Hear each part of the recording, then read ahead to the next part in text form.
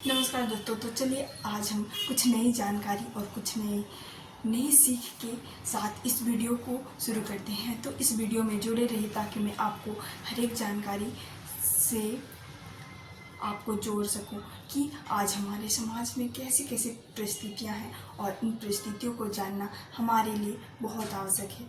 तो इस वीडियो में अंत तक जुड़े रहिए ताकि मैं आपको हमारे समाज में हो रहे जो भी समस्या के बारे में बता सकूं और ध्यान दिला सकूं ताकि आप इससे कुछ नई सीख और कुछ नई जानकारी प्राप्त कर सकें। तो आपने देखा होगा और तो आसपास बहुत सारे डस्टबिन का प्रयोग तो करते हैं, लेकिन क्या वो डस्टबिन में भरी हुई कचरा को हमने सही जगह डंप करते हैं? नहीं। तो यह वीडियो आपके लिए है। अगर हमने डस्टबिन में बहुत सुरक्षित, बहुत केयरफुली से डस्ट को, कचरे को रखते हैं, उसके बाद उसको सही जगह डंप नहीं करते हैं, इससे हमारे पर्यावरण, हमारे समाज, हमारे धरती में बहुत बड़ी समस्या और हमारे भविष्य का खतरा और भी ज़्यादा बढ़ जाता है। तो आपने सोचा होगा कि प्लास्टिक एक सड़ने वाला, न गलने वाला एक ऐसा पदार्थ है जिसको हम लाखों वर्षों तक हम इसका ये नहीं कर सकते हैं, जबकि हम इसको जला देते हैं। लेकिन हमें ऐसा लगता है कि जब हम इसको जला देते हैं तो हमारा सारा प्रॉब्लम, हमारा सारा कचरा हमारे आसपास से ख़त्म हो चुका है। लेकिन ये ऐसा नहीं है। जब हम कचरे को जला देते हैं तो वो हमारे पर्यावरण में, हमारे अगल बगल, हमारे समाज में फैलता है और वो एक बड़ा प्रदूषण का कार्य करता है।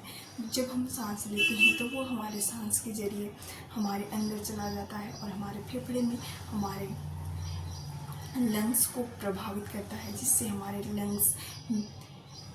लंग्स में कोई ऐसा डिजीज या रोग हो जाता है जिससे हमारे शरीर को पता है, हमारे शरीर को धीरे धीरे इफेक्ट करता है और हम धीरे धीरे बीमार होने लगते हैं, लेकिन हमें पता नहीं चलता है और हम ऐसी प्रक्रिया से गुजरते रहते हैं। लेकिन अगर हम कचरे का निपटान सही से कर रहे हैं, लेकिन अगर हम उसका डंपिंग अच्छा से नहीं कर रहे हैं तो वो भी एक समस्या है।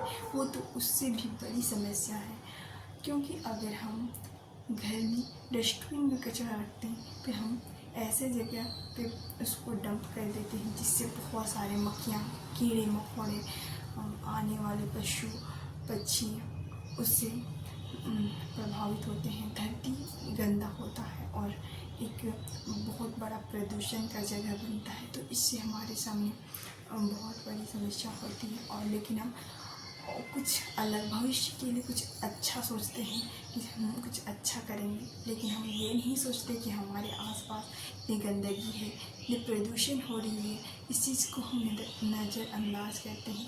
तो इस चीज़ को, अगर हम एजुकेटेड हैं, अगर हम पढ़े लिखे हैं, तो हमें इस चीज़ को ध्यान देने की आवश्यकता है कि हाँ हमारे आसपास अगर कचरा फैल रहा है तो क्या हम भी उसमें जिम्मेवार हैं, ये हमें सोचने की आवश्यकता है।